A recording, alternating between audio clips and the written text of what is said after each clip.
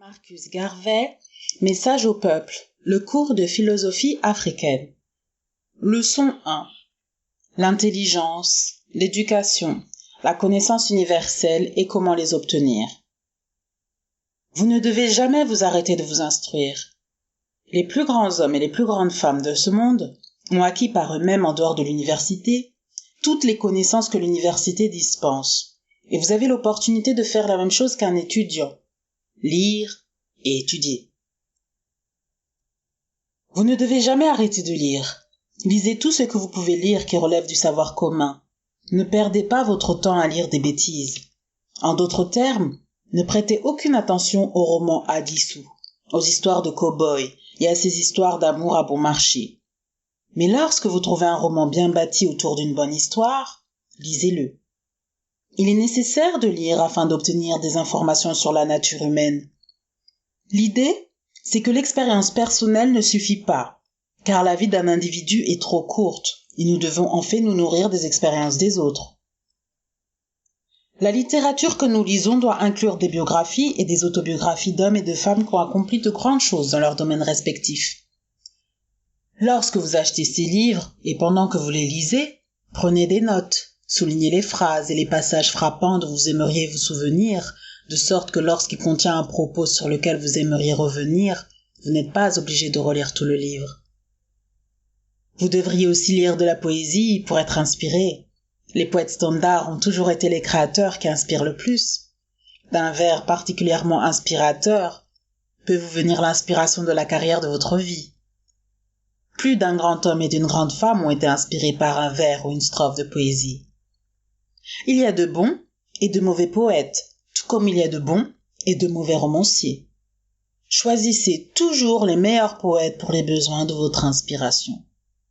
Lisez des livres d'histoire sans arrêt, jusqu'à ce que vous maîtrisiez le sujet. Cela signifie votre propre histoire nationale, l'histoire du monde, l'histoire sociale, l'histoire industrielle et l'histoire des différentes sciences. Mais avant tout, l'histoire de l'homme. Si vous ne savez pas ce qui s'est passé avant que vous n'arriviez sur Terre et ce qui s'est passé depuis votre arrivée, vous ne connaîtrez pas le monde et vous serez ignorant du monde et de l'humanité. Vous ne pouvez tirer le meilleur parti de la vie que si vous connaissez la vie et la comprenez. Pour la connaître, vous devez vous appuyer sur l'intelligence de ceux qui sont passés avant vous et qui ont laissé des traces de leur passage derrière eux. Pour être capable de lire intelligemment, vous devez commencer par maîtriser la langue de votre pays. Pour ce faire, vous devez avoir de bonnes bases grammaticales.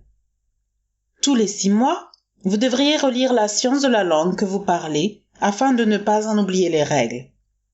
Les gens vous jugent en fonction de votre écriture et de votre parole. Si vous écrivez mal et incorrectement, ils auront une mauvaise impression de votre intelligence.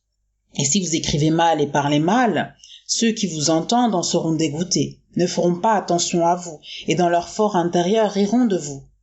Un leader qui éduque les hommes et présente la vérité aux hommes doit d'abord connaître son sujet. N'écrivez jamais ou ne parlez jamais d'un sujet auquel vous ne connaissez rien, car il y aura toujours quelqu'un qui connaît ce sujet et se moquera de vous, vous posera des questions gênantes qui peuvent amener les autres à rire de vous. Vous pouvez vous instruire sur n'importe quel sujet au monde en lisant là-dessus. Si vous ne pouvez pas acheter de livres dans l'immédiat et les avoir en votre possession, allez à votre bibliothèque municipale afin d'avoir accès aux livres. Vous devriez le faire afin de pouvoir faire référence à l'information contenue dans ces livres. Vous devriez lire au moins 4 heures par jour. Le meilleur moment pour lire, c'est le soir, lorsque votre journée de travail s'est achevée et que vous vous êtes reposé, et avant qu'il ne soit l'heure de dormir. Mais lisez avant que le matin ne se pointe. Comme cela, pendant la nuit, ce que vous avez lu imprégnera votre subconscient, c'est-à-dire restera implanté dans votre mémoire. N'allez jamais vous coucher sans avoir lu quelque chose. Ne restez jamais en compagnie de quelqu'un qui ne connaît pas autant de choses que vous, ou qui n'a pas votre niveau d'éducation, et qui n'a rien à vous apprendre, surtout si cette personne est illettrée ou ignorante, car de rester constamment en présence de cette personne vous fera sombrer inconsciemment dans la culture ou l'ignorance de cette personne. Essayez toujours d'être associé à des gens qui peuvent vous apprendre quelque chose. La meilleure compagnie que vous puissiez avoir et préserver est celle de personnes cultivées et de livres. En lisant de bons livres, Vous êtes en compagnie des auteurs de ces livres ou des sujets de ces livres, même si vous ne pouvez pas les rencontrer dans le contexte social de votre vie. Ne laissez jamais votre niveau d'intelligence s'abaisser à celui des gens qui sont en dessous de vous, mais essayez plutôt, si possible, de les élever et vous-même d'atteindre le niveau de ceux qui sont au-dessus de vous, et soyez leur égaux, dans l'espoir d'être un jour leur maître. Continuez toujours à essayer d'obtenir ce que vous désirez sur le plan éducatif, culturel ou autre, et n'abandonnez jamais tant que vous n'avez pas atteint votre objectif. Et vous pouvez atteindre cet objectif si d'autres l'ont atteint avant vous, prouvant ainsi que c'est une chose faisable. Dans votre désir de grandeur, vous devez d'abord décider pour vous-même dans quel domaine vous souhaitez faire de grandes choses. Et lorsque vous avez pris votre décision, vous devez alors travailler de façon acharnée et constante pour réaliser votre objectif. Utilisez vos facultés et votre art de la persuasion pour réaliser tout ce que vous souhaitez. Essayez de ne jamais vous répéter au cours d'un discours en disant la même chose plusieurs fois, sauf si cela doit vous permettre de développer un autre point, car la répétition est ennuyeuse et fatigue ceux qui l'entendent. Essayez par conséquent d'avoir une connaissance aussi large que possible en lisant, car ainsi, vous n'aurez pas à vous répéter lorsque vous essayez de démontrer quelque chose. Personne n'est jamais trop vieux pour apprendre. Vous devriez par conséquent tirer avantage de toutes les structures éducatives. Si vous entendez dire qu'un homme ou une femme d'importance vont faire une conférence dans votre ville, quel que soit le sujet que la personne maîtrise, trouvez toujours le temps d'aller l'écouter. C'est ce que cela veut dire apprendre des autres. Vous devriez apprendre les deux aspects de chaque question afin de pouvoir en débattre et défendre la position que vous soutenez. Si vous ne connaissez qu'un aspect de la question, vous ne pouvez pas développer d'arguments intelligents ou efficaces. Ainsi, par exemple, pour combattre le communisme, vous devez savoir ce qu'est le communisme, sinon d'autres profiteront de votre ignorance pour vous gagner. Quel que soit ce que vous ayez décidé de remettre en question, vous devez d'abord le connaître afin d'être en mesure de prévaloir. Si vous ne connaissez pas ce dont vous parlez, vous serez vaincu par celui qui connaît ce sujet. Il faut par conséquent acquérir des connaissances, en faisant vite, en travaillant beaucoup, mais il faut le faire tout de même. La connaissance, c'est le pouvoir. Quand vous connaissez quelque chose et que vous êtes capable de défendre votre position au sujet de cette chose et que vous êtes capable de gagner un argument au sujet de cette chose, ceux qui vous entendent apprennent à vous faire confiance et à avoir foi en vos capacités. Ne vous lancez jamais par conséquent dans quoi que ce soit sans être en mesure de vous protéger, car chaque fois que vous êtes vaincu, votre prestige en est réduit et vous n'êtes plus autant respecté. Tout ce que vous voulez connaître est dans le monde, et tout ce que vous avez à faire, c'est partir à la recherche de cette connaissance et ne jamais vous arrêter de la chercher tant que vous ne l'avez pas trouvée. Vous pouvez trouver des informations sur ce que vous recherchez dans les bibliothèques municipales, et si vous ne les avez pas dans les livres sur vos étagères, essayez de posséder un livre sur tous les sujets qui vous intéressent. Vous pouvez généralement vous procurer ces livres dans des librairies d'occasion, parfois pour 1/5 de leur valeur originale. Ayez toujours des étagères bien remplies en livres. Pratiquement toutes les connaissances sur l'humanité peuvent être trouvées dans l'Encyclopædia Britannica. Il s'agit d'un ensemble de livres qui coûtent cher, mais essayez de les acheter. Achetez une édition complète pour vous-même et gardez-la chez vous. Et lorsque vous avez un doute sur quoi que ce soit, regardez dedans et vous trouverez l'information que vous recherchez.